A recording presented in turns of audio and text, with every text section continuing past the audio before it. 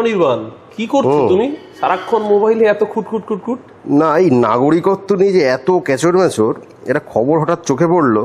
বেশি দিন নাই, অগাস্ট মাসেই সিপিআই এমএল এর লোকসভা মেম্বার সুদামা প্রসাদ হোম মিনিস্ট্রিকে জিজ্ঞাসা করেছে যে আমাদের দেশে কোন কোন নথিকে তারা নাগরিকত্বের জন্য ভ্যালিড নথি বলে তারা কনসিডার করছে। পার্লামেন্টের প্রশ্ন, তাদের উত্তর হোম মিনিস্ট্রি থেকে দিয়ে যেরকম কোনো নথিকে তারা কনসিডারই করে না।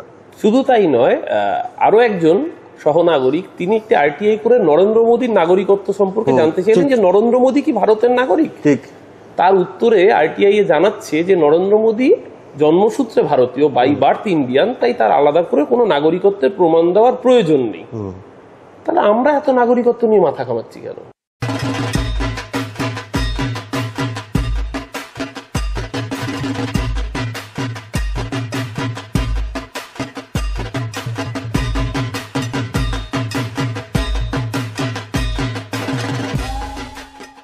এই পডকাস্টের আলোচনা পুরোটাই বাংলা ও বাঙালির সম্মান ও গৌরবের দিকগুলো তুলে ধরেছে। বাঙালিদের ওপর যুগে যুগে নেমে আসা আঘাত ও বাঙালির প্রত্যাঘাতের ইতিহাস অল্প সময়ে তুলে ধরা সম্ভব নয়। আপনি যদি জীবনে খুব ব্যস্ত হন, বাংলার এই দুর্দিনেও যদি আপনি বাংলার ইতিহাস আলোচনায় বোর ফিল করেন, তাহলে এই আলোচনা আপনি স্কিপ করতে পারেন, আপনাকে শুনতে হবে না। ধন্যবাদ। না, তাই বলে আপনারা আবার ভাববেন না এটা কিন্তু চায়ে পে চর্চা নয়। বাঙালির আড্ডা, চা তার অবিচ্ছেদ্য অঙ্গ, সেই অঙ্গ হিসেবেই চায়ের সহযোগে আজকের আড্ডা চলুক। না, চা না। হ্যাঁ,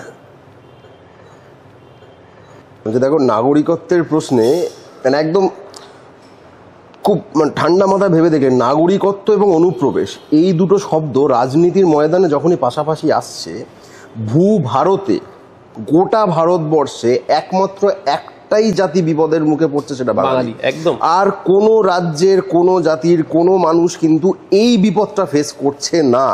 রাজনীতির ভাষ্যে যে মুহূর্তে নাগরিকত্ব প্লাস অনুপ্রবেশ এই শব্দটাকে যে দলই হোক, মূলত বিজেপি করছে, অন্য দল করে না অতটা, যে মুহূর্তে এক জায়গায় এক ব্র্যাকেটে চলে আসছে, বিপদে পড়ে যাচ্ছে বাঙালি। এবং এইখানে আমার পয়েন্ট আউট করার দরকার যে তিলোত্তমা মজুমদার, আমি সরাসরি নাম করেই পোস্ট করেছিলাম, সে বাঙালি জাতির রাজাকার একজন, পবিত্র সরকার। এরা যখন বলছে কই কোথাও তো কিছু হচ্ছে না, ডাক্তারদের ওপর হচ্ছে না, উকিলের হচ্ছে না, উচ্চবিত্ত বাঙালির হচ্ছে না, এটা তারা বলতে চায়। তো এই তো কিছুদিন আগে তোমার সেই পোস্ট আমি দেখেছি যেখানে হোটেল দেওয়া হচ্ছিল না একটি এক্স্যাক্টলি জাতীয় স্তরের ক্রীড়াবিদ, এবং সেই তার যে বাবা তার সঙ্গে ছিলেন, তিনি কিন্তু সফটওয়্যারের আইটি ইত্যাদি চাকরি করেন, অর্থাৎ উচ্চ মধ্যবিত্ত, কিন্তু তারা উচ্চ ঘর, সেই উচ্চ ঘর, সেই জায়গা থেকে সে ঘর পাচ্ছে না। শুধু না, নয়ডার হোটেল কর্মী, যে মালিক টালিক নয়, কর্মী বলছে ধর পশ্চিমবঙ্গ তো বাংলাদেশ না। এখানে আরেকটা সমস্যা দেখো, ধরো ভারতবর্ষ এমন কিছু কিছু জায়গায় বর্ডার শেয়ার করে। ধরো আমাদের তামিলনাড়ুর অধিকাংশ মানুষ তামিল ভাষায় কথা বলে, শ্রীলঙ্কার প্রচুর মানুষ তামিল ভাষায় কথা বলে। তো তামিলনাড়ুর মানুষকে কিন্তু কখনো বলা হয় না শ্রীলঙ্কা চলে, কখনো ফেস মানে সাহসী নেই। ধরো আমাদের দার্জিলিং, যেখানকার অধিকাংশ মানুষ নেপালি, তারা নেপালি ভাষায় কথা বলেন, গোর্খা জাতির ভাষায় কথা বলেন, তাদেরকে কেউ বলে না নেপালে চলে যায়। ধরো আজমল কাসব, যে মুম্বাই হামলার অন্যতম অভিযুক্ত, তার বাড়ি পাকিস্তানের পাঞ্জাব প্রদেশে, সে পাঞ্জাবি ভাষায় কথা বলে এবং ওই একই ভাষায় তো আমাদের পাঞ্জাবিরাও কথা বলেন। আমি কেন পাঞ্জাবিদের বলবো? এটা তো অন্যায় কাজ যে তুমি পাকিস্তানে চলে যাও। কিন্তু বাংলা ভাষায় কথা বললেই এই যে বাংলাদেশে চলে যাও, এই ন্যারেটিভটার সাথে সাথে আরেকটা যেটা ভয়ঙ্কর ন্যারেটিভ, সেটা হচ্ছে অনুপ্রবেশকারীরা এসে ডেমোগ্রাফি বদলে দিচ্ছে। এবং এটা কিন্তু আমার মতে ওই অশ্বত্থামাহত ইতিগজ, এই কারণেই বলছি, অনুপ্রবেশ তো হচ্ছে, নো ডাউট অনুপ্রবেশ হচ্ছে, এবং সেই অনুপ্রবেশ রোখার দায়িত্ব বিএসএফ এর, ব্যর্থতা অমিত শাহ। কিন্তু যদি তুমি দেখো ন্যারেটিভটা সেট করা হচ্ছে বাংলাদেশি অনুপ্রবেশকারী মানেই মুসলমান, কিন্তু বাস্তব অন্য কথা বলছে। কেন বলছি দেখো, ধরো 1971 যখন বাংলাদেশের মুক্তিযুদ্ধ হয়, মুক্তিযুদ্ধের সময় বাংলাদেশে হিন্দু পপুলেশন ছিল প্রায় 23%। আজকে বাংলাদেশে হিন্দু পপুলেশন 8%, অর্থাৎ বাংলাদেশে তো হিন্দুরা কমছে, এটা তো অস্বীকার করে লাভ নেই, কিন্তু বাংলাদেশে কিন্তু মুসলমান কমছে না। তাহলে যে হিন্দুরা কমছে সেই হিন্দুরা যাবে কোথায়? তারা নিশ্চয়ই চীনে যাচ্ছে না, তারা মায়ানমারে যাচ্ছে না, তারা ভারতবর্ষে আসছে ইনভেরিয়েবলি। এবং ত্রিপুরা আর আসামের একটু অংশ বাদ দিলে মেজরিটি হিন্দুরা আসছে কিন্তু পশ্চিম বাংলায়। তার মানে যদি অনুপ্রবেশকারী দেখা যায়, সেই অনুপ্রবেশকারীরা কিন্তু মেজরিটিয়ান হচ্ছে হিন্দু, হিন্দু অনুপ্রবেশকারী। এবং ডেমোগ্রাফি সত্যিই বদলাচ্ছে, যেটা আমরা বুঝতে পারি বনগা সাব ডিভিশনের রেজাল্ট দেখলে। যেটা আমরা মতুয়া বেল্টগুলোর রেজাল্ট দেখলে বুঝতে পারি। ধরো রানাঘাটের রেজাল্ট দেখলে, আজকে নদিয়ার একটা অংশের রেজাল্ট দেখলে, আজকে ধরো এই তোমার সুকান্ত মজুমদার যেখান থেকে যেতেন দিনাজপুরের রেজাল্ট দেখলে, আজকে আলিপুরদুয়ারের বর্ডারের বা জলপাইগুড়ির নিচের অংশের রেজাল্ট দেখলে বোঝা যাচ্ছে এই অনুপ্রবেশটা কিন্তু কোথাও একটা আসলে বিজেপিকে ভোট ব্যাংকে হেল্প করছে। আমি আবার বলছি এটা অন্যরকম অনুপ্রবেশ শব্দটা এখন ব্যবহার করছো। আমি একটা ছোট্ট বিতর্কিত কথা বলি। নেপালের সঙ্গে তো আমাদের ওপেন বর্ডার, সেখানে তো ফ্রি যাতায়াত, কোনো বাধা বিপত্তি নেই। এই একই ব্যবস্থা ধরো হাইপোথেটিক্যালি স্পিকিং ফ্রি ট্রেডের জন্য বাংলাদেশের সঙ্গে যদি আমাদের হয়ে যায়, যদি দুটো সরকার মিলে একদম আইন করে যদি করে, তাহলে কি খুব অসুবিধা হয়? না, ওই আমার তো কবি সুমনের গানটা মনে পড়ে, মনে করো কোথাও রাষ্ট্র নেই, ঠিক তাই না? আচ্ছা, আরেকটা জিনিস তুমি ভাবো না, সেখানে হয়তো ন্যাশনাল ইন্টিগ্রিটি, দেশের আভ্যন্তরীণ নিরাপত্তা ইত্যাদি ইত্যাদি প্রশ্ন উঠবে। আমি সেই জটিলতায় যেতে চাইছি না। আমি শুধু বলছি যে অনুপ্রবেশকারীর কথা বলা হচ্ছে, বিশেষ করে ভোট ব্যাংক। প্রথম কথা হচ্ছে, আজকে যদি 2011 পরে সেন্সাসটা হয়ে যেত, তাহলে তো অ্যাকচুয়াল ডেটাটা মানুষ দেখতে পেত যে অনুপ্রবেশকারী যেটা হওয়ার কথা এখনো হয়নি। এখন কেন হয়নি, কেন হয়নি, এখানেই লুকিয়ে রয়েছে আসল প্রশ্নটা। এবং এই প্রশ্নগুলো ঘটনাচক্রে কোনো গদি মিডিয়া করছে না, এবং গদি মিডিয়া করছে না, খুব কশাসলি করছে না, জেনে বুঝেই করছে না। কারণ তাহলে অ্যাকচুয়াল যেরকম আমরা যদি ভাবি যে অনুপ্রবেশ শুধু বাংলাদেশে, তা তো নয়। আজকে পশ্চিমবঙ্গের বুকে ইনফিল্ট্রেশন হচ্ছে অধিকাংশ কোথা থেকে? পশ্চিমবঙ্গের চাকরি, পশ্চিমবঙ্গের হকার, রাস্তায় বসে যাওয়া, কলকাতার ফুটপাত দখল। আজকে যদি দেখো ইনভেরিয়েবলি, এই যে শিয়ালদার যে ঘটনাটা সাম্প্রতিককালে হলো, শিয়ালদার এই হকার চত্বরটা ইনভেরিয়েবলি আজকে অবাঙালিদের দখলে চলে গিয়েছে। বড়বাজার ইতিমধ্যেই হাতের বাইরে চলে গেছে। কিন্তু সেক্ষেত্রে তারাও আমাদের দেশের নাগরিক, পশ্চিমবঙ্গের আমরাও দেশের নাগরিক। সেই জায়গায় দাঁড়িয়ে কিন্তু এই যে সহমর্মিক জায়গাটা, যে বিহারও আমার দেশ, ইউপিও আমার দেশ, বাংলাও আমার দেশ, সেটা আমরা ভাবছি আমরা বিশ্ব নাগরিক। আমরা তো একা ঠেকা নিয়ে রাখতে পারি না। এক্স্যাক্টলি বলছি আমি, গান্ধীজি বলেছিলেন এক গালে চর মারলে আরেক গাল বাড়িয়ে দাও, কিন্তু দু গালে চর মারলে কি করবেন সেটা তো গান্ধীজি বলে যাননি। তাহলে সুভাষ বোসকে আক্রান্ত হবে। ভিন রাজ্যের মন্ত্রী, বিজেপি মন্ত্রী, ধরো বিহারের যিনি বিজেপি মন্ত্রী অশোক যাদব, মধুবনীর এমপি, এসে বলেছেন, পশ্চিমবঙ্গে এসে বলছে 2 কোটি বিহারি এখানে খুব ভালো আছে। ধন্যবাদ। হ্যাঁ, বলছে ভালো আছে, কোনো অসুবিধা নেই, ভালো আছে। তাহলে আমার লোকটা অন্য জায়গায় গেলে কেন ভালো থাকবে না? তাকে তুমি বাংলা বললে বাংলাদেশি বলে মারবে, আর তোমার লোকটা এখানে ভালো আছে বলে ধন্যবাদ জানাবে, দুটো কি করে একসঙ্গে হতে পারে? রেলের পরীক্ষা আমরা দেখি একাধিকবার বিহারে বা ইউপিতে, যখন আমাদের বাঙালি ছেলেমেয়েরা পরীক্ষা দিতে যায়, এই তো বহু পুরনো ইতিহাস, ভয়াবহ আক্রমণ, এই তো বহু পুরনো ইতিহাস। আজকে উত্তরাখণ্ডে একজন প্রাক্তন সেনা জওয়ান, তিনি বাঙালি, তাকেও তো হেনস্থার মুখে পড়তে হয়েছে। একজন প্রাক্তন সেনা জওয়ানকে যদি হেনস্থার মুখে পড়তে হয় বাঙালি বলে, তাহলে তো তিলোত্তমা মজুমদারের বলা যে বক্তব্য যে এইখানে শুধুমাত্র গরিব শ্রমিকদের ওপর কিছুটা হচ্ছে, বেশিরভাগটা হচ্ছে না, বাঙালি বলে হচ্ছে না, সেই বক্তব্যটার ভিত্তিটা কোথায়? কোনো তো ভিত্তি নেই। তিলোত্তমা মজুমদার যেটা বলছেন যে কোথাও শ্রমিকদের ওপর, পরিযায়ী শ্রমিকদের ওপর কিছু আক্রমণ হয়েছে, সামগ্রিকভাবে বাঙালিদের ওপর কোনো আক্রমণই নাকি হয়নি। উত্তরাখণ্ডে যে ঘটনা, একজন সেনা জওয়ান বাঙালি, তিনি পরিবার শুদ্ধ হেনস্থা হচ্ছেন, আক্রমণের মুখে পড়ছেন। এবং অরূপদা একটা জিনিস দেখবে যে শুধু যে বিজেপি শাসিত রাজ্যে পুলিশরা গিয়ে ধরছে, হেনস্থা করছে তা নয়, বেশ কিছু জায়গায় স্থানীয় লোকজন, যেটা আজকেই খবরের কাগজে একটা পড়লাম, যে 14 বছর মুম্বাইয়ের দাদার এলাকায় এসে কাজ করে, বাংলার একজন শ্রমিক, তিনি ওখানে কাজ করছেন। 14 বছর ধরে যারা পরিচিত লোক, তারা অবধি এখন মারমুখী হয়ে উঠছে।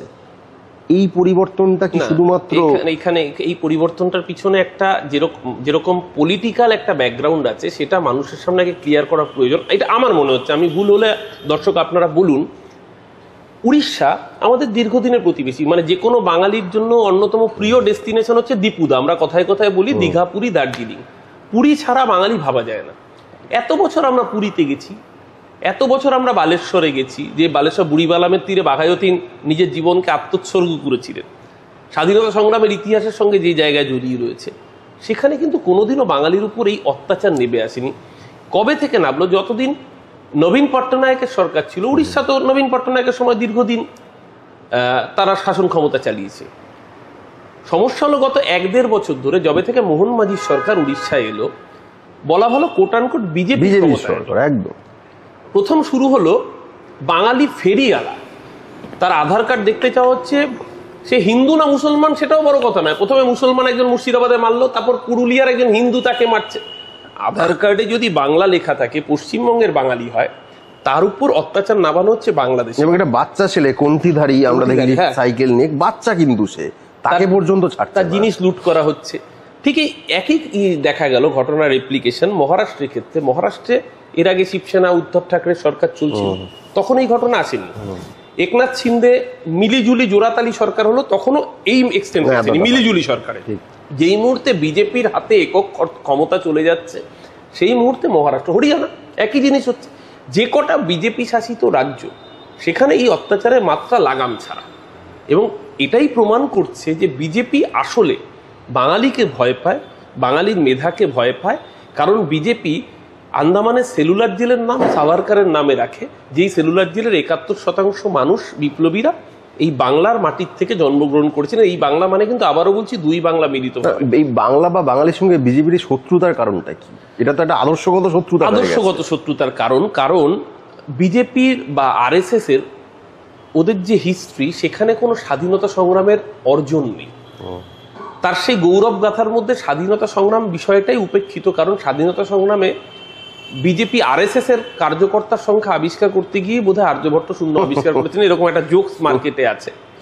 ওদের সম্বল বলতে একমাত্র সাভারকার, যে সাভারকার 6 বার ব্রিটিশের কাছে মুচলেকা দেন এবং এই মর্মে মুচলেকা দেন, আমি সারা জীবন আজীবন ব্রিটিশ প্রভুর প্রতি অনুরক্ত থাকব, আমি কখনো ব্রিটিশ বিরোধী কার্যকলাপে লিপ্ত হব না, আমাকে যেন আন্দামান সেলুলার জেল থেকে মুক্ত করা হয় এবং একটি মাসিক সাম্মানিক তাকে প্রদান করা হয়, যাতে আগামী দিন তিনি ব্রিটিশের হয়ে কাজ করেন। ওই একই সময়ে ভাবো উল্লাসকর দত্ত, ওই একই সময়ে বারিন ঘোষ থেকে শুরু করে একাধিক মানুষের কথা, যতীন দাসের কথা ভাবো, যিনি অনশন করে 62 দিন অনশন করে ব্রিটিশের বিরুদ্ধে লড়াই করে প্রাণ বিসর্জন করছেন।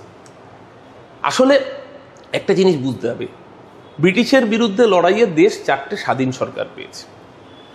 ভারত স্বাধীন হওয়ার আগে সেই জায়গাগুলো নিজেরা স্বাধীন হয়েছিল, তার মধ্যে অন্যতম বাংলার দুজন, একটি চট্টগ্রাম, যে চট্টগ্রাম জড়িয়ে রয়েছে প্রীতিলতা ওয়াদ্দেদার, যে চট্টগ্রাম মাস্টারদা সূর্য সেন কল্পনা দত্ত থেকে শুরু করে একাধিক বিপ্লবী জড়িয়ে রয়েছেন। সেই চট্টগ্রাম প্রথম স্বাধীন সরকার। আর আমাদের এপারে তমলুকে স্বাধীন তাম্রলিপ্ত সরকার, সতীশ সামন্ত, সুশীল ধারা, অজয় মুখার্জি, সেই অবদান আছে। উত্তরপ্রদেশেও বালিয়া আছে, সাতনা আছে, কিন্তু এগুলোর কোনোটার সাথেই ভেবে দেখো আজকে বিজেপির পূর্বসূরি আরএসএস এর কোনো সংস্পর্শ নেই। এমনকি বিজেপি যে সর্দার প্যাটেলের মূর্তি স্থাপনা করেছেন, সর্দার প্যাটেলও তো কংগ্রেস। স্বাধীনতা সংগ্রামে যদি কারুর অবদান থেকে থাকে সেটা কংগ্রেস। এমনকি অনুশীলন সমিতি যারা পরবর্তীকালে একটা অংশ কমিউনিস্ট ভাবধারায় দীক্ষিত হয়েছিলেন, তাদেরও অবদান আছে। কিন্তু বিজেপির অবদান কোথায় স্বাধীনতা সংগ্রামে?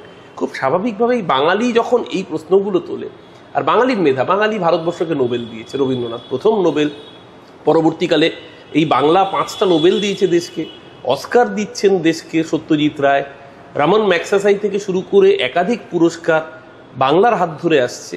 কিন্তু বাংলার এই মেধাটাকে ওরা ভয় পাচ্ছে। আমার মনে হয় এই কারণে এই যে ধরো এখন একটা সিনেমা আসছে বেঙ্গল ফাইলস, তুমিও দেখলে, তার পরিচালক সে একটা রিসার্চ ওয়ার্ক করে নিচ্ছে একটা সিনেমা, মানে সে সেখানে রবীন্দ্রনাথ ঠাকুরের ভাই বানিয়ে দিচ্ছে অরিন্দম চ্যাটার্জিকে। তারপর বলছে না ঠাকুর, অরিন্দম ঠাকুর। অবনীন্দ্রনাথ ঠাকুর যে রবীন্দ্রনাথ ঠাকুরের সম্পর্কে কি হন সেটাও তিনি জানেন না, তিনি সিনেমায় প্রোপাগান্ডা করে চালিয়ে যাচ্ছেন। এই আগ্রাসী আক্রমণটা কেন, তোমার কি মনে হয়? দেখো, এই আরএসএস এর যে মতাদর্শের জায়গাটা ধরলে, এটা একদম বেসিক জায়গাটা একদম কারেক্ট জায়গা থেকেই তুমি ধরেছো। বাংলা এমন একটা মাটি যেখানে কার্যত কংগ্রেসি ধারার রাজনীতিরও শুরু, কমিউনিস্ট ধারার রাজনীতিরও শুরু, এমনকি হিন্দুত্ব, এই যে কয়েনেজটা, এটাও আসলে একটা বাঙালির হাতেই করা। চন্দ্রনাথ বসু হুগলির মানুষ ছিলেন তিনি। কিন্তু ইতিহাসে আমরা দেখেছি বাংলা সার্বিকভাবে কংগ্রেসি রাজনীতি এবং কমিউনিস্ট রাজনীতিকে যতটা আপন করে নিয়েছে, সাম্প্রদায়িক রাজনীতি, হিন্দুত্ববাদ বলো বা এমনকি যদি উল্টো দিকের যে সাম্প্রদায়িক রাজনীতি বলো, সেটাকে কিন্তু সেইভাবে সে আপন করেনি, অন্তত আমাদের এখানে তো করেনি। এবং আরএসএস এর যে রাজনীতির ভিত্তি, তার সঙ্গে আমাদের বাঙালিদের যে সোশ্যাল হেজেমনি, যেটাকে আমি বলবো সামাজিক কাঠামোর মধ্যে যে রেজিলিয়েন্স রয়েছে এদের রাজনীতির বিরুদ্ধে, তার একটা সরাসরি লড়াই আছে। এটা শুধুমাত্র কংগ্রেস বা অধুনা তৃণমূল বা কমিউনিস্ট পার্টি বা বাকি দলগুলির সঙ্গে লড়াই, সেটা তো নিশ্চয়ই রয়েছে, ভোট বাক্সের লড়াই ইত্যাদি রয়েছে। সোশ্যাল লেভেলেও কোথাও গিয়ে আরএসএস বা বিজেপির যে রাজনীতি, তার বিরুদ্ধে বাঙালি সমাজের যে একটা রেজিলিয়েন্স, যেটাকে আমি বারবার বলি, বিষয়টাকে আটকে দেওয়ার যে ক্ষমতা, এইটাকে এরা বড্ড ভয় পায়। তাই 21-এর ভোট বলো, পরবর্তীকালে 24 ইত্যাদি, হয়তো 26-এর ভোট, নানা ভোটেও তারা জিততে পারুক না পারুক, কোথাও গিয়ে তাদের কিন্তু একটা টার্গেট আছে। আমি তোমাকে বলছি অরূপদা, যে সামগ্রিকভাবে ভারতবর্ষের রাজনীতিতে বাংলাকে অপাংতেয় করে দেওয়া।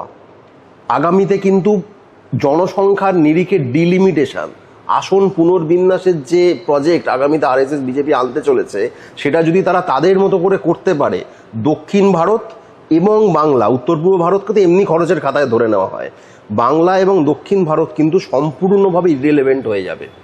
আমরা কি করব, আমাদের যে নীতি কি হবে, সেটা রাষ্ট্রীয় স্তরে এটা শুধুমাত্র গোবলায় ঠিক করে দেবে। আমি দর্শকদের জন্য একটু বলি, ওটা খুব গুরুত্বপূর্ণ তথ্য তুলেছে যে পরবর্তী ডিলিমিটেশনের পরে নিশ্চিতভাবে লোকসভায় সাংসদ সংখ্যা বাড়বে। এস্টিমেটেড প্রজেকশন বলছে এই মুহূর্তে ভারতবর্ষের সবচেয়ে বড় রাজ্য হচ্ছে লোকসভার নিরিখে উত্তরপ্রদেশ, যাদের 80টা আসন রয়েছে। যদি পরবর্তী এই জনগণনার পরে ডিলিমিটেশন হয়, উত্তরপ্রদেশের আসন সংখ্যা 80 থেকে বেড়ে প্রায় 129-এ গিয়ে পৌঁছবে। আর বিহারে এই মুহূর্তের আসন সংখ্যা বেড়ে সেটা গিয়ে 79-তে গিয়ে পৌঁছাবে। অর্থাৎ শুধু উত্তরপ্রদেশ আর বিহার, এই দুটো রাজ্য 200টা সাংসদ দেবে। এবং যদি 700-র কাছাকাছি, এখন 543 আছে সংসদে, এরপর যদি 700 হয়, তার মধ্যে 200 দেবে উত্তরপ্রদেশ আর বিহার। মানে একটা সময় প্রবাদ ছিল ইউপি জিসকি তাখত উসকি, এরপর হবে গোবলয় জিসকি তাখত উসকি। অথচ দেখো, ভারতবর্ষের সরকারের স্লোগান ছিল হাম দো হামারে দো। অর্থাৎ যারা ফ্যামিলি প্ল্যানিংকে কার্যকর করলো দক্ষিণ ভারতের রাজ্যগুলো, তামিলনাড়ু হোক, কেরালা হোক, কর্ণাটক হোক, বা অন্যান্য রাজ্যগুলো হোক, অন্ধ্র হোক, পশ্চিমবঙ্গ তাই। আমাদের হচ্ছে অনুপ্রবেশ। আমাদের ফার্টিলিটি রেট হচ্ছে 1.6, which is equivalent to Sweden, Norway. National অ্যাভারেজের থেকে কম। ন্যাশনাল অ্যাভারেজের থেকে কম তো বটে, শুধু তাই নয়, ধরো হ্যাপিনেস ইন্ডেক্স বলে একটা বিষয় হয়, তাতে পৃথিবীর উন্নততম যে 3-4টি দেশ ধরা, স্ক্যান্ডিনেভিয়ান কান্ট্রিজ, ইউরোপের সবচেয়ে উন্নত দেশগুলি, তাদেরও হচ্ছে 1.6। এবার সেখানে গোবলয়ের রেটটা হচ্ছে 2.1%, আরো বেশি, কিছু ক্ষেত্রে আরো বেশি। রাজস্থান ক্ষেত্রে, হরিয়ানার ক্ষেত্রে তার থেকে বিহার, ইউপি ধরলে 3 ছাড়িয়ে যাচ্ছে। সেই জায়গায় দাঁড়িয়ে আশঙ্কার জায়গাটা এখানেই আসে। আমি একটা অন্য প্রসঙ্গে তোমার মতামত জানতে চাই। ধরো কিছু ন্যারেটিভ তো সোশ্যাল মিডিয়ায় খুব প্রচলিত, যেরকম শ্যামাপ্রসাদ হচ্ছেন পশ্চিমবাংলার জনক। হ্যাঁ, এবার আমি তথ্যগুলো দেখছিলাম, তুমিও পোস্ট করেছিলে, আমার মনে আছে, যে যখন এই বেঙ্গল প্রভিন্সিয়াল ইলেকশন হয়, সেই ইলেকশনের রেজাল্ট বলছে 113টা আসন পেয়েছিল মুসলিম লীগ, 86টা আসন পেয়েছিল কংগ্রেস। বামপন্থী উল্টো বোধহয়, না, 86টা কংগ্রেস, 113টা মুসলিম লীগ। আর বামপন্থীরা পেয়েছিল 3টি আসন, যদি আমি না ভুল করে থাকি, তার মধ্যে জ্যোতি বসু জিতেছিলেন এবং রতনলাল ব্রাহ্মণ তখন জ্যোতি বসু যদিও তখন রেলওয়ে ইউনিয়ন থেকে, হ্যাঁ, ওখান থেকে জিততেন, কনস্টিটিউয়েন্সি অফিস হিসেবে নয়। আর শ্যামাপ্রসাদ কলকাতা ইউনিভার্সিটি কোথায়, মানে সেনেটের তরফ থেকে নির্বাচিত হয়ে, সাধারণ নয়, হ্যাঁ, হিন্দু মহাসভার একজনই এমএলএ ছিলেন, এবং সেটা হচ্ছে শ্যামাপ্রসাদ মুখোপাধ্যায়।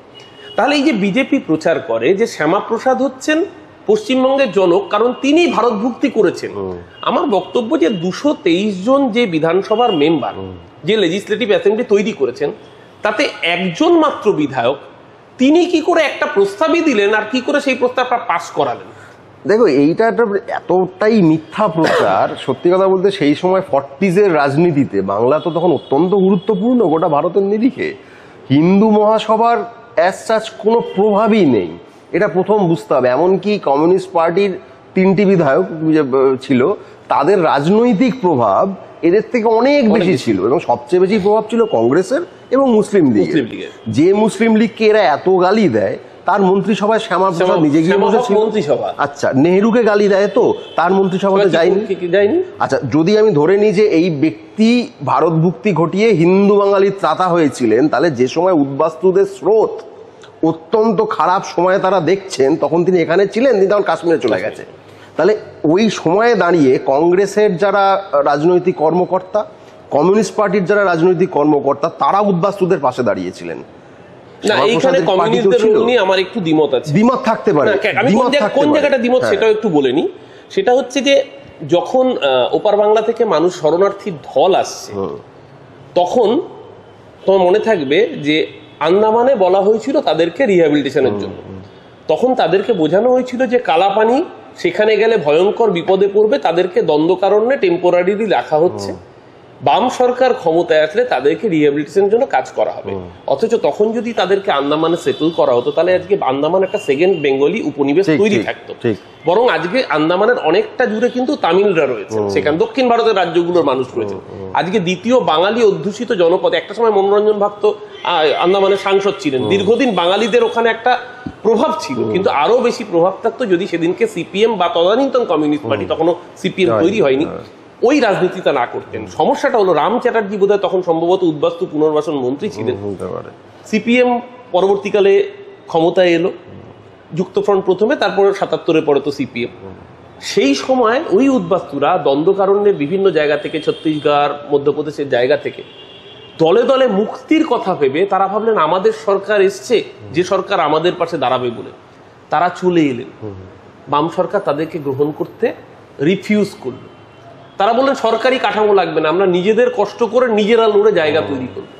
চলে গিয়েছিলেন সুন্দরবনের মরিচঝাপিতে, তারপরে মরিচঝাপি ম্যাসাকার আমরা সকলেই জানি। সুতরাং বামেরাও কিন্তু এই জায়গা থেকে নিজেদের সম্পূর্ণভাবে দায় এড়াতে পারেন না। তারা যে ভুলটা করেছিলেন, এক হচ্ছে আন্দামানে দ্বিতীয় বাঙালি বসতি তৈরি করতে না দেওয়া, তাদেরকে বিভ্রান্ত করা পলিটিক্যালি, বিধান রায়ের বিরোধিতা করতে হবে বলে, এবং তারপর যখন সেই রিফিউজি স্রোত চলে এলো, সেই স্রোতটাকে তারা তো আটকাতে, মানে সেইভাবে ডাইভার্ট করতে পারলেন না। শুধু তাই নয়, তারা নিজেদের কষ্টে যখন বসতি স্থাপন করতে যাচ্ছে, তাদের উপর অত্যাচার ১৯৭৭-এর ২১শে জুন ক্ষমতায় আসে এবং ৭৯-তে মরিচঝাপির ওই ম্যাসাকার শুরু হয়। এইটাও কিন্তু বাঙালির জীবনে একটা কালো দাগ থেকে যাবে। একদিকে যেরকম শ্যামাপ্রসাদকে কেন্দ্র করে এই মিথগুলো তৈরি হয়, যখন আমরা এই রাজনৈতিক আড্ডা করছি, তখন নিশ্চিতভাবে আমার মনে হয় সব দিকগুলোই আড্ডায় উঠে ১০০ বার। মানে পয়েন্ট হচ্ছে এটা যে ৪৭-এর পর আজকে কয়েক বছর আগে পর্যন্ত বাংলার রাজনীতি কিন্তু আবর্তিত হয়েছে একদিকে কংগ্রেসি ঘরানা, উল্টো দিকে হচ্ছে কংগ্রেস বিরোধী বাম ঘরানা। আমি এটাই বলতে চাইছি, যে সময়টাতে মূলত উদ্বাস্তুরা এলেন, তাদের অসম্ভব কষ্টের জীবনের মধ্যে তারা মূলত যাদের পাশে পেয়েছেন তারা বামপন্থী অথবা কংগ্রেস, তাদের মধ্যে এই হিন্দু মহাসভা টাইপ নেই। This is my point. না, শুধু তাই না, এখানে আরেকটা ইন্টারেস্টিং আমার মনে পড়ছে, হিন্দু মহাসভা কিন্তু চেষ্টা করেছে, কারণ তাদের মোডাস অপারেন্ডি কিন্তু এক। তারা ওই হিন্দি, হিন্দু, হিন্দুস্তান, এক দেশ, এক ভাষা, এক নিশান, মোটামুটি এইটার মধ্যে। দেখো আরেকটা জিনিস দেখো, আজকে ধরো ২০২৫, আজ থেকে ১০০ বছর আগে দুটো সংগঠনের জার্নি শুরু হয়। একটি সংগঠন দুবন্ত অবস্থায়, সেটা কমিউনিস্ট পার্টি, আর একটি সংগঠন আজ বাড়তে বাড়তে দেশের ক্ষমতায়, সেটা আরএসএস। বকলমে বিজেপির, বকলমে আরএসএস, একই ব্যাপার। সেই জায়গায় দাঁড়িয়ে সেদিনকেও কিন্তু আরএসএস চেয়েছিল এই ধর্মের ভিত্তিতে বিষয়টাকে, ওই বেঞ্চমার্কটাকে তৈরি করবার, যার জন্য তোমার মনে থাকবে নেতাজি সুভাষচন্দ্র বসুকেও কিন্তু শ্যামাপ্রসাদের বিরুদ্ধে খড়গহস্ত হতে হয়েছিল। প্রথম কথা, কলকাতা বিশ্ববিদ্যালয়ের বুকে নেতাজি ছাত্রদের উদ্দেশ্যে তার বক্তৃতা ১৯৪০ সালে, আমি যদি ভুল না করে থাকি, সম্ভবত ঝাড়গ্রামে নেতাজি সুভাষচন্দ্র বসু বক্তৃতা দিতে গিয়েছিলেন। সেই বক্তৃতায় নেতাজি বলছেন, হিন্দু মহাসভা সাধু বেশে সন্ন্যাসিনীদের ভোট ভিক্ষায় পাঠিয়েছে, হিন্দু মাত্রেই তাদের পবিত্র কর্তব্য যে এদেরকে রুখে দাঁড়ানো এদের বিরুদ্ধে, কারণ সাধু সন্ন্যাসীদের কাজ ভোট ভিক্ষা করা নয়। এরা হিন্দু মুসলমান এই ন্যারেটিভটাকে, বাইনারিটা তৈরি করে মানুষে মানুষে বিভাজনের রাজ্য। সেদিনকেই এবং সুভাষচন্দ্র সেদিনকে অনুধাবন করতে পেরেছিলেন যে এই বিপদটা। আজকে কি বাঙালি সেটা অনুধাবন করতে কোথাও ব্যর্থ হচ্ছে? এটাও মানুষজনের জানা দরকার। কিছুদিনের মধ্যেই শ্যামাপ্রসাদ এই সুভাষবাবুর কাছে একটি রাজনৈতিক প্রস্তাব নিয়ে গেছিলেন, যেটা কার্যত ব্রিটিশ বিরোধী লড়াই নয়, হিন্দু বনাম মুসলমান লড়াইয়ের প্রস্তাব ছিল। সেটা তিনি যখন প্রত্যাখ্যান করতেন, সুভাষবাবু যখন প্রত্যাখ্যান করতেন, শ্যামাপ্রসাদ নিজের ডায়েরিতে, মানে এরা যারা আপনারা ভক্তরা রয়েছেন, যদি কেউ দেখে থাকেন, আমাদের গালি দেওয়ার জন্য গালি দেবেন, আমরা গালিগুলো সাদরে গ্রহণ করব। আপনাদের জ্ঞাতার্থে জানিয়ে রাখি, leaves from our diary, leaves.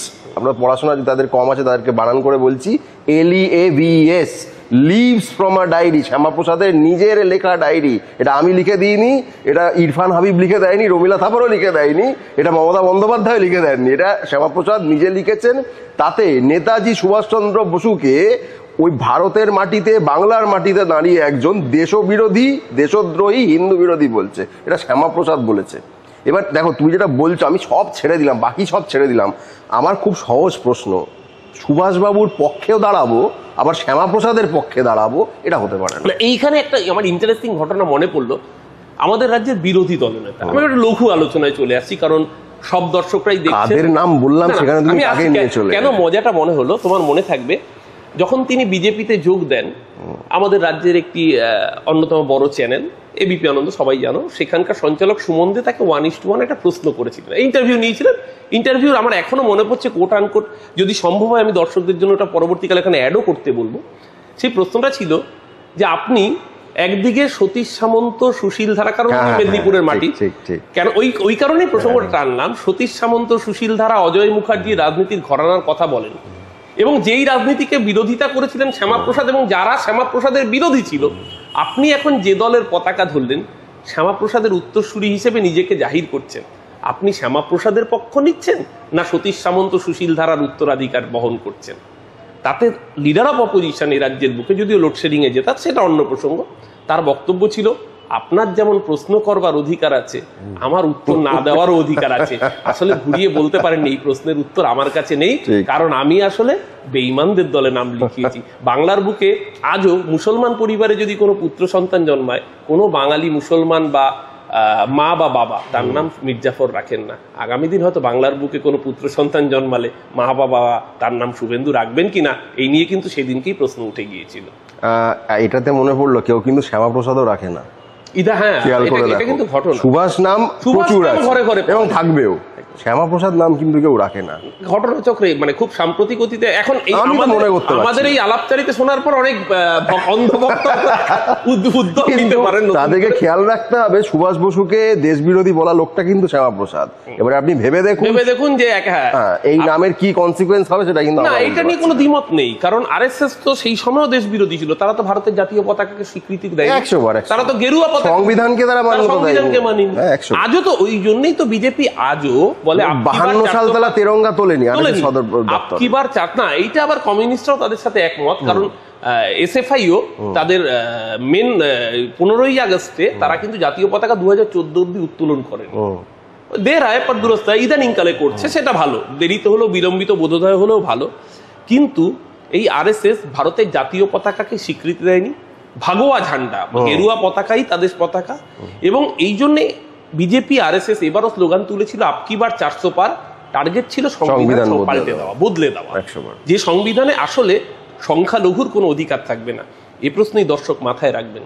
আমরা জাতীয় সঙ্গীত গাই, পাঞ্জাব, সিন্ধু, গুজরাট, মারাঠা, দ্রাবিড়, উৎকল, বঙ্গ। সিন্ধু তো আজকে ভারতবর্ষেই নেই, পাঞ্জাব প্রদেশের অন্তর্গত। জাতীয় সঙ্গীতটা শুধু রবীন্দ্রনাথের প্রথম স্তবকটা নেওয়া হয়েছিল, তার দ্বিতীয় স্তবক রবীন্দ্রনাথ লিখে যান, অহরহ তব আহ্বান প্রচারিত, শুনি তব উদার বাণী, হিন্দু, বৌদ্ধ, শিখ, জৈন, পারসিক, মুসলমান, খ্রিস্টানি। যেটা বাংলাদেশি ভাষা না তো হতে পারে। আমি তাহলে রোহিঙ্গা, আমি আচ্ছা তাহলে দর্শক আপনারা সার্টিফাইড হয়ে গেলেন, আমি একজন রোহিঙ্গা, অরূপ চক্রবর্তী ইনি আরেকজন রোহিঙ্গা, আমরা দুজনে মিলে ডাবল ইঞ্জিনের রোহিঙ্গা। তাহলে আমরা ডাবল ইঞ্জিনের রোহিঙ্গায় আজকে একটা জমজমাট আড্ডা হচ্ছে। আপনারা কেমন লাগছে আড্ডাটা অবশ্যই কমেন্ট করবেন কিন্তু মাঝে মাঝে, তাহলে আমরাও বুঝতে পারবো যে আড্ডাটা আপনারাও উপভোগ করছেন কি। আমাদের আড্ডা কিন্তু চলতে থাকবে। আজকের মতো এপিসোডটা হয়তো এখানে শেষ হলো, আড্ডা শেষ হলো না, কিন্তু এই আড্ডায় চা খাচ্ছি মানে কিন্তু চায়ে পে চর্চা হলো না, এটা একেবারে বাঙালির প্রাণের নির্ভেজাল আড্ডা হলো চা, এবং পরবর্তীকাল আমরা এই আড্ডা শেষে হয়তো একটু চপমুড়িও খাবো। আমাদের আড্ডাটা কিন্তু চলবে। এবার দর্শক যদি চান আমরা আবারও হয়তো ক্যামেরার সামনে আড্ডা চলবেই, এই আড্ডা কন্টিনিউ করবে। এবার আড্ডাটা আপনারা যদি দেখতে পছন্দ করেন, আপনারা বন্ধুদেরকে বলবেন লাইক, শেয়ার, কমেন্ট করতে। বাংলায় ভালো থাকুন, বাংলা ভাষায় ভালো থাকুন, সব বাঙালি ভালো থাকুন, সব ভারতীয় ভালো থাকুন। আমাদের কারুর সাথে বিরোধ নেই, কিন্তু আমাদের যদি বাংলাদেশি বলা হয় তাহলে নিশ্চিতভাবে লড়াইটা রাস্তার ময়দানেই বাঙালি বুঝে নেবে, যেভাবে অতীতে বুঝেছে। আরে বাঙালি ব্রিটিশকে তাড়িয়েছে, আপনি কোন ছাড়। আজকের মতো আড্ডার হয়তো আপাতত বিরতি হলো, কিন্তু আড্ডা চলবে। আপনারা যদি চান পুনরায় এই আড্ডার পরের পর্বগুলি আমরা আপনাদের সামনে নিয়ে আসবো, এবং বাঙালিকে নিয়ে আলোচনা, রাজনীতির বিভিন্ন দিক নিয়ে আলোচনা আড্ডার ছলেই, এবং আলোচনাটা খুব মানে জ্ঞান গম্ভীর, গুরু গম্ভীর আলোচনা মনে হয় না কোনোদিন হবে বলে। আমাদের কোটা জ্ঞানটা নেই, আমরা হোয়াটসঅ্যাপ ইউনিভার্সিটি পড়িনি, তাই আমাদের অত জ্ঞান নেই যে আমরা রবীন্দ্রনাথ ঠাকুরের বংশধরদের নাম টাম ভুলভাল তালিকা ইত্যাদি করে ফেলবো। আমরা তো ভালো থাকুন, আপনারা আড্ডায় থাকুন, আমাদের সাথে এইভাবেই পাশে থাকুন, সাথে থাকুন, দেখতে থাকুন। জয় বাংলা, জয় বাংলা।